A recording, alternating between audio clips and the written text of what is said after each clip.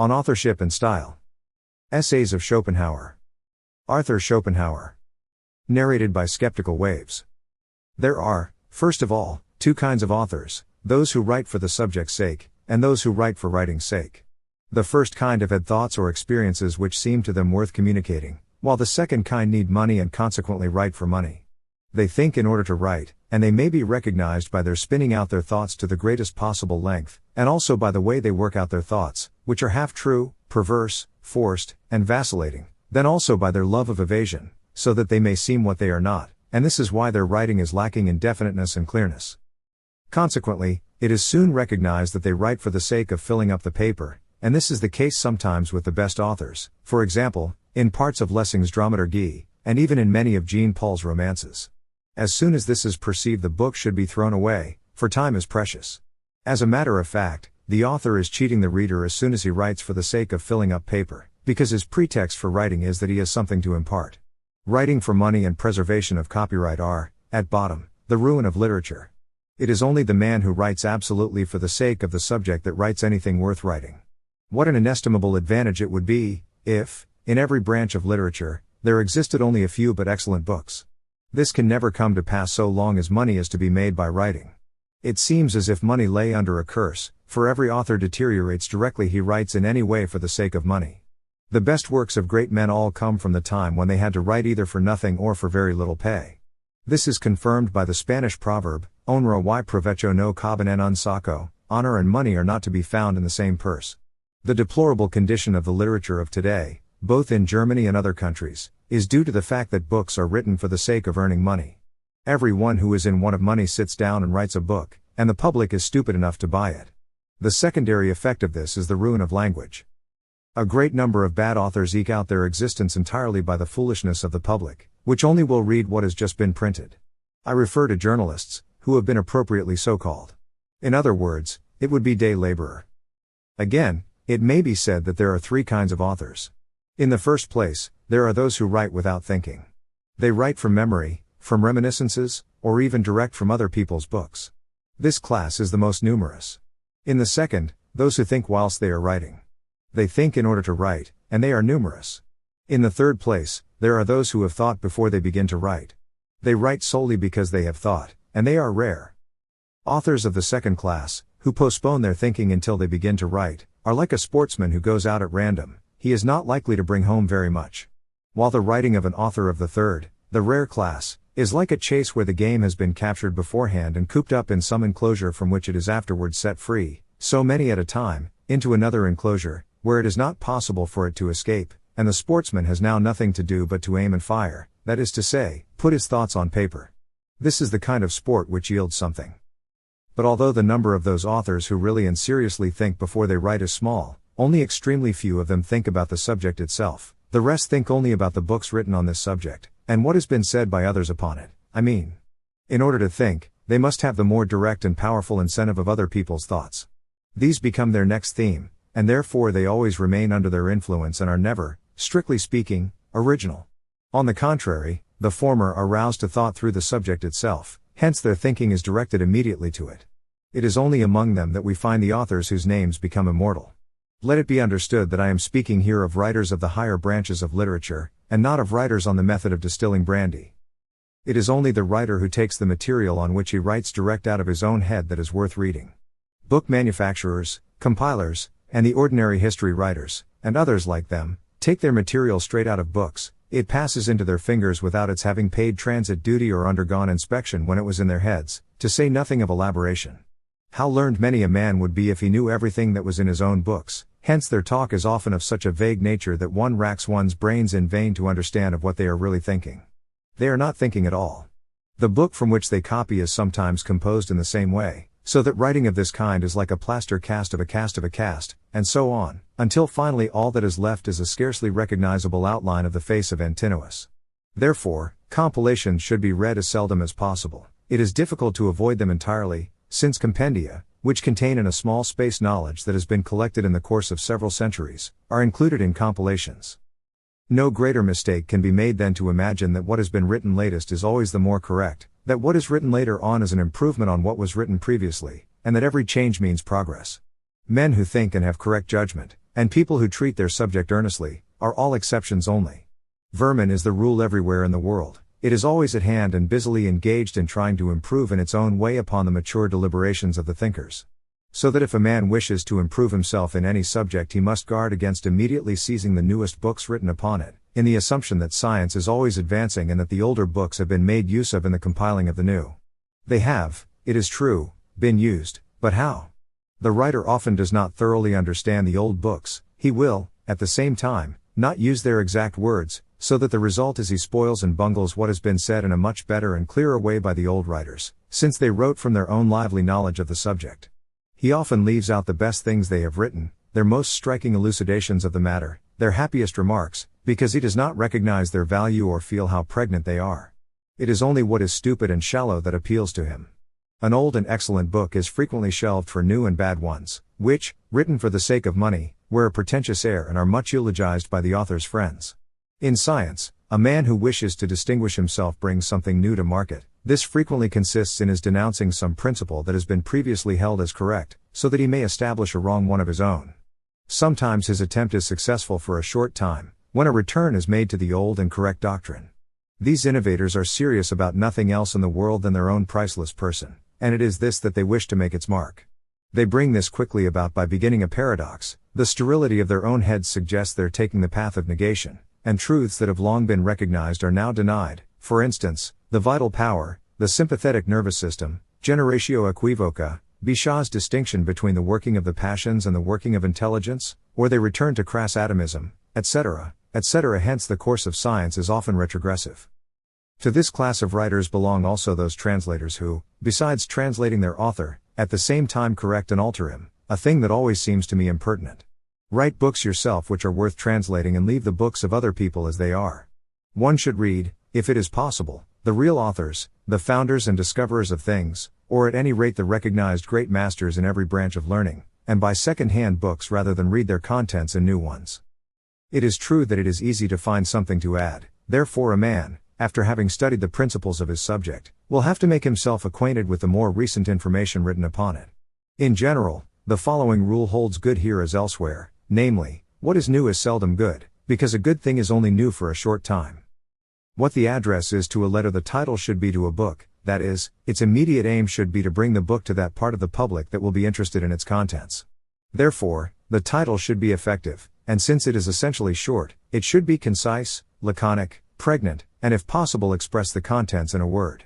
Therefore a title that is prolix, or means nothing at all, or that is indirect or ambiguous, is bad, so is one that is false and misleading. This last may prepare for the book the same fate as that which awaits a wrongly addressed letter. The worst titles are those that are stolen, such titles that is to say that other books already bear, for in the first place they are a plagiarism, and in the second a most convincing proof of an absolute want of originality. A man who has not enough originality to think out a new title for his book will be much less capable of giving it new contents. Akin to these are those titles which have been imitated, in other words, half stolen. For instance, a long time after I had written on Will in Nature, Ørsted wrote on Mind in Nature. A book can never be anything more than the impression of its author's thoughts. The value of these thoughts lies either in the matter about which he has thought, or in the form in which he develops his matter, that is to say, what he has thought about it. The matter of books is very various, as also are the merits conferred on books on account of their matter. All matter that is the outcome of experience, in other words everything that is founded on fact, whether it be historical or physical, taken by itself and in its widest sense, is included in the term matter. It is the motif that gives its peculiar character to the book, so that a book can be important whoever the author may have been, while with form the peculiar character of a book rests with the author of it. The subjects may be of such a nature as to be accessible and well known to everybody, but the form in which they are expounded, what has been thought about them, gives the book its value, and this depends upon the author. Therefore if a book, from this point of view, is excellent and without a rival, so also is its author. From this it follows that the merit of a writer worth reading is all the greater the less he is dependent on matter, and the better known and worn out this matter, the greater will be his merit. The three great Grecian tragedians, for instance, all worked at the same subject. So that when a book becomes famous one should carefully distinguish whether it is so on account of its matter or its form.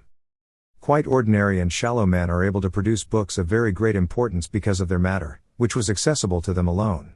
Take, for instance, books which give descriptions of foreign countries, rare natural phenomena, experiments that have been made, historical events of which they were witnesses, or have spent both time and trouble in inquiring into and specially studying the authorities for them. On the other hand, it is on form that we are dependent, where the matter is accessible to every one or very well known, and it is what has been thought about the matter that will give any value to the achievement. It will only be an eminent man who will be able to write anything that is worth reading. For the others will only think what is possible for every other man to think. They give the impress of their own mind, but every one already possesses the original of this impression. However, the public is very much more interested in matter than in form, and it is for this very reason that it is behindhand in any high degree of culture. It is most laughable the way the public reveals its liking for matter in poetic works. It carefully investigates the real events or personal circumstances of the poet's life which serve to give the motif of his works. Nay, finally, it finds these more interesting than the works themselves. It reads more about Goethe than what has been written by Goethe, and industriously studies the legend of Faust in preference to Goethe's Faust itself. And when Berger said that people would make learned expositions as to who Leonora really was, we see this literally fulfilled in Goethe's case, for we now have many learned expositions on Faust and the Faust legend. They are and will remain of a purely material character. This preference for matter to form is the same as a man ignoring the shape and painting of a fine Etruscan vase in order to make a chemical examination of the clay and colors of which it is made. The attempt to be effective by means of the matter used, thereby ministering to this evil propensity of the public, is absolutely to be censured in branches of writing where the merit must lie expressly in the form, as, for instance, in poetical writing. However, there are numerous bad dramatic authors striving to fill the theater by means of the matter they are treating. For instance, they place on the stage any kind of celebrated man, however stripped of dramatic incidents his life may have been, nay, sometimes without waiting until the persons who appear with him are dead. The distinction between matter and form, of which I am here speaking, is true also in regard to conversation. It is chiefly intelligence, judgment, wit, and vivacity that enable a man to converse. They give form to the conversation. However, the matter of the conversation must soon come into notice, in other words, that about which one can talk to the man, namely, his knowledge.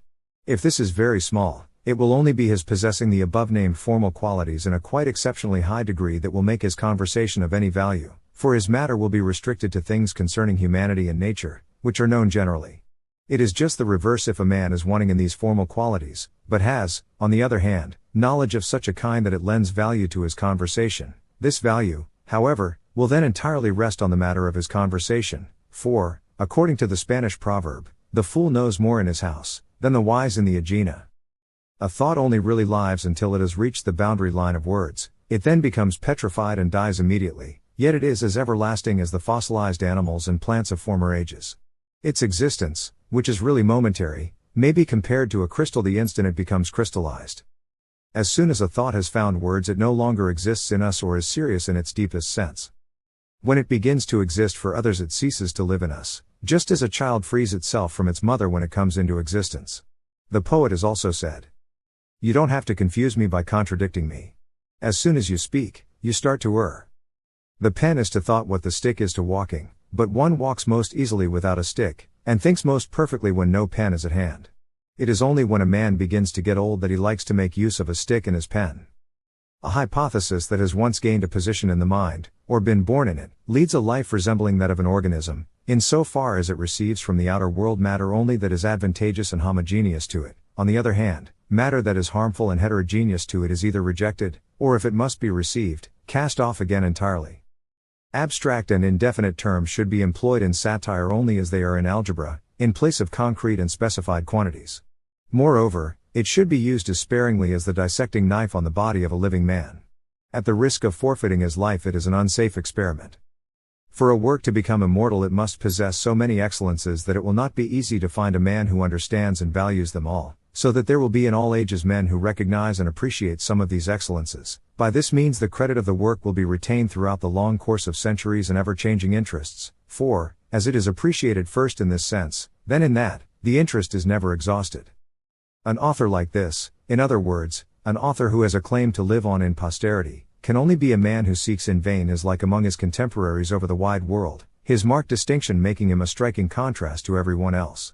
Even if he existed through several generations, like the wandering Jew, he would still occupy the same position. In short, he would be, as Ariosto has put it, nature did, and then broke the mold. If this were not so, one would not be able to understand why his thoughts should not perish like those of other men. In almost every age, whether it be in literature or art, we find that if a thoroughly wrong idea, or a fashion, or a manner is in vogue, it is admired. Those of ordinary intelligence trouble themselves inordinately to acquire it and put it in practice. An intelligent man sees through it and despises it, consequently he remains out of the fashion. Some years later the public sees through it and takes the sham for what it is worth. It now laughs at it, and the much admired color of all these works of fashion falls off like the plaster from a badly built wall, and they are in the same dilapidated condition. We should be glad and not sorry when a fundamentally wrong notion of which we have been secretly conscious for a long time finally gains a footing and is proclaimed both loudly and openly. The falseness of it will soon be felt and eventually proclaimed equally loudly and openly. It is as if an abscess had burst. The man who publishes and edits an article written by an anonymous critic should be held as immediately responsible for it as if he had written it himself, just as one holds a manager responsible for bad work done by his workmen. In this way the fellow would be treated as he deserves to be, namely, without any ceremony. An anonymous writer is a literary fraud against whom one should immediately cry out, "Wretch, if you do not wish to admit what it is you say against other people, hold your slanderous tongue." An anonymous criticism carries no more weight than an anonymous letter, and should therefore be looked upon with equal mistrust. Or do we wish to accept the assumed name of a man, who in reality represents a société anonyme, as a guarantee for the veracity of his friends? The little honesty that exists among authors is discernible in the unconscionable way they misquote from the writings of others. I find whole passages in my works wrongly quoted, and it is only in my appendix, which is absolutely lucid, that an exception is made.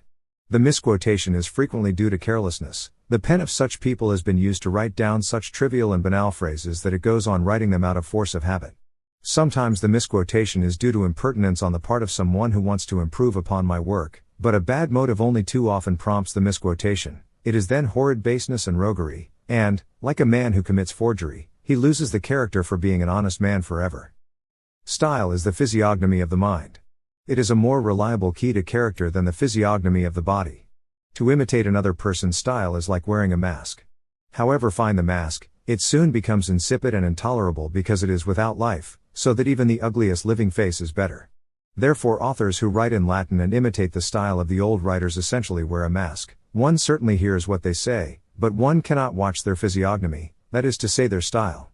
One observes, however, the style in the Latin writings of men who think for themselves, those who have not deigned to imitate, as, for instance, Scotus Erigena, Petrarch, Bacon, Descartes, Spinoza, etc.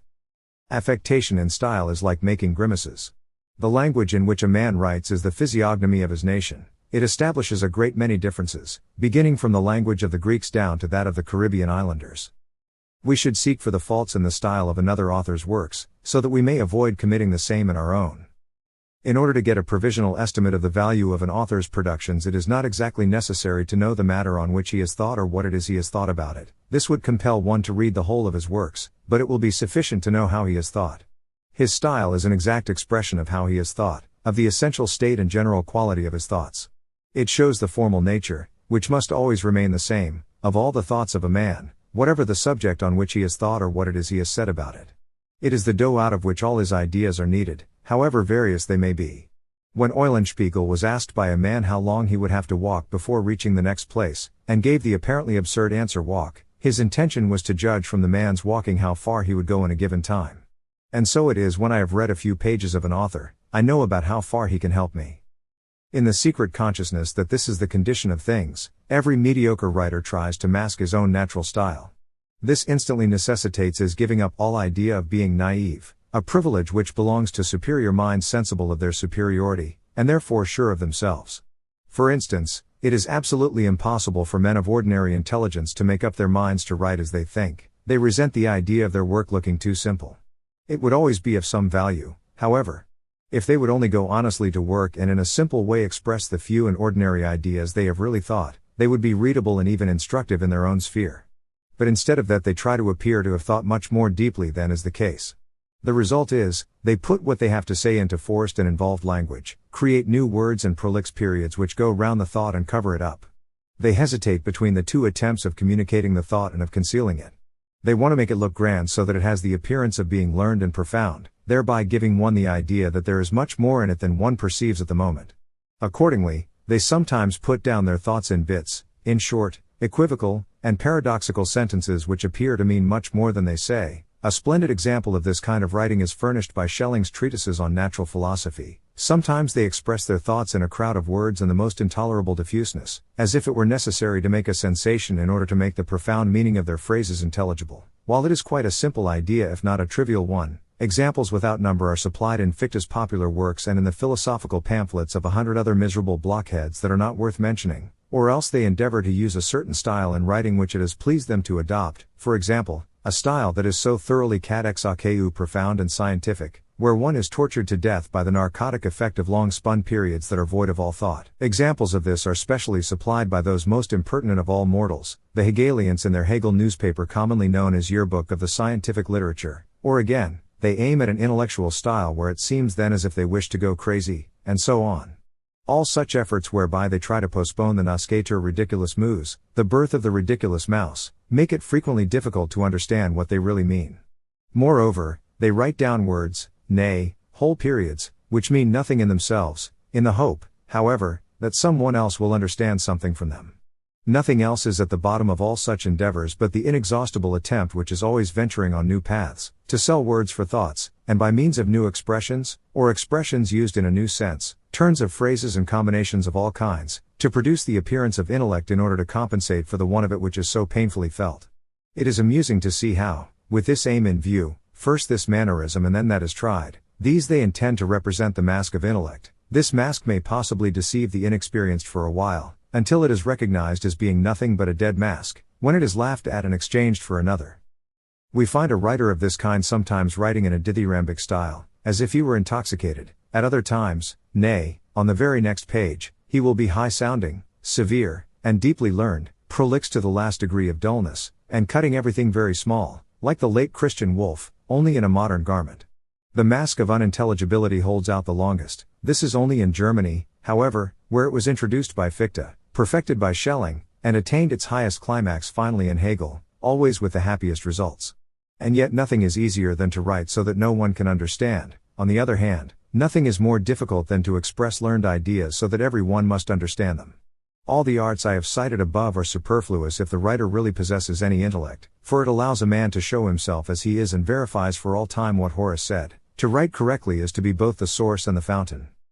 But this class of authors is like certain workers in metal, who try 100 different compositions to take the place of gold, which is the only metal that can never have a substitute. On the contrary, there is nothing an author should guard against more than the apparent endeavor to show more intellect than he has, because this rouses the suspicion in the reader that he has very little, since a man always affects something, be its nature what it may, that he does not really possess. And this is why it is praise to an author to call him naive, for it signifies that he may show himself as he is. In general, naivete attracts, while anything that is unnatural everywhere repels. We also find that every true thinker endeavors to express his thoughts as purely, clearly, definitely, and concisely as ever possible. This is why simplicity has always been looked upon as a token, not only of truth, but also of genius. Style receives its beauty from the thought expressed, while with those writers who only pretend to think it is their thoughts that are said to be fine because of their style. Style is merely the silhouette of thought, and to write in a vague or bad style means a stupid or confused mind. Hence, the first rule, nay, this in itself is almost sufficient for a good style, is this, that the author should have something to say. This implies a great deal. The neglect of this rule is a fundamental characteristic of the philosophical, and generally speaking of all the reflective authors in Germany, especially since the time of Fichte. It is obvious that all these writers wish to appear to have something to say, while they have nothing to say. This mannerism was introduced by the pseudo-philosophers of the universities and may be discerned everywhere, even among the first literary notabilities of the age.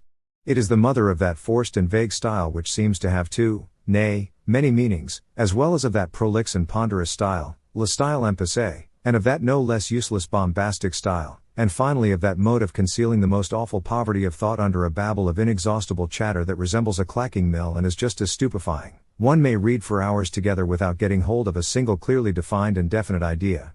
The Hallischen, afterwards called the Deutschen Jahrbucher, furnishes almost throughout excellent examples of this style of writing. The Germans, by the way, from force of habit read page after page of all kinds of such verbiage without getting any definite idea of what the author really means. They think it all very proper and do not discover that he is writing merely for the sake of writing. On the other hand, a good author who is rich in ideas soon gains the reader's credit of having really and truly something to say, and this gives the intelligent reader patience to follow him attentively.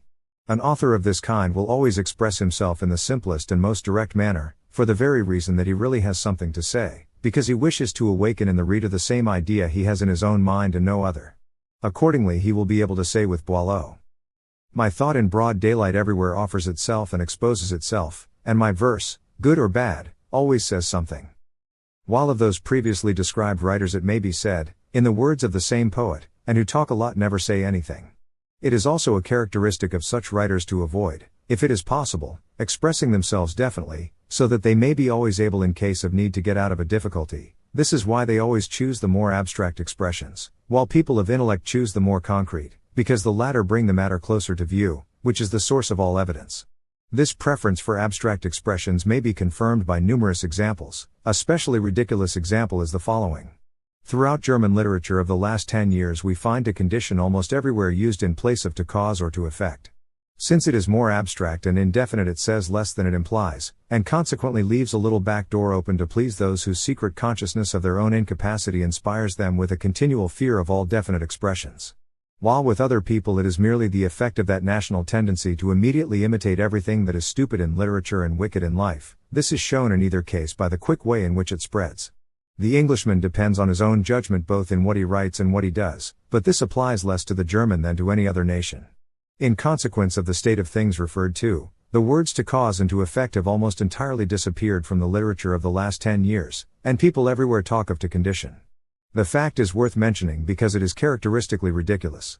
Everyday authors are only half conscious when they write, a fact which accounts for their want of intellect and the tediousness of their writings. They do not really themselves understand the meaning of their own words, because they take ready-made words and learn them.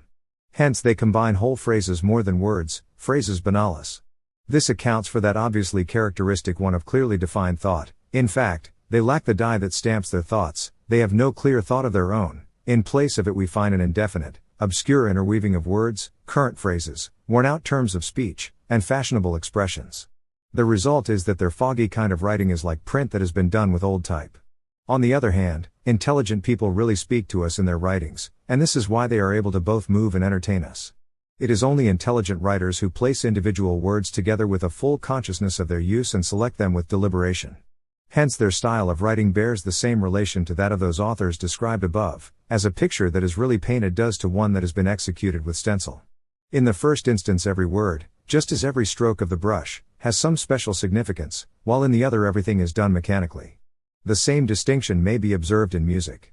For it is the omnipresence of intellect that always and everywhere characterizes the works of the genius, and analogous to this is Lichtenberg's observation, namely, that Garrick's soul was omnipresent in all the muscles of his body. With regard to the tediousness of the writings referred to above, it is to be observed in general that there are two kinds of tediousness, an objective and a subjective. The objective form of tediousness springs from the deficiency of which we have been speaking, that is to say, where the author has no perfectly clear thought or knowledge to communicate. For if a writer possesses any clear thought or knowledge it will be his aim to communicate it, and he will work with this end in view. Consequently the ideas he furnishes are everywhere clearly defined, so that he is neither diffuse, unmeaning, nor confused, and consequently not tedious. Even if his fundamental idea is wrong, yet in such a case it will be clearly thought out and well pondered. In other words, it is at least formally correct, and the writing is always of some value. While, for the same reason, a work that is objectively tedious is at all times without value. Again, subjective tediousness is merely relative. This is because the reader is not interested in the subject of the work, and that what he takes an interest in is of a very limited nature.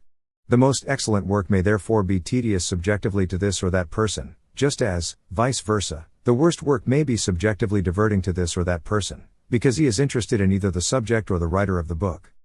It would be of general service to German authors if they discern that while a man should, if possible, think like a great mind, he should speak the same language as every other person. Men should use common words to say uncommon things, but they do the reverse.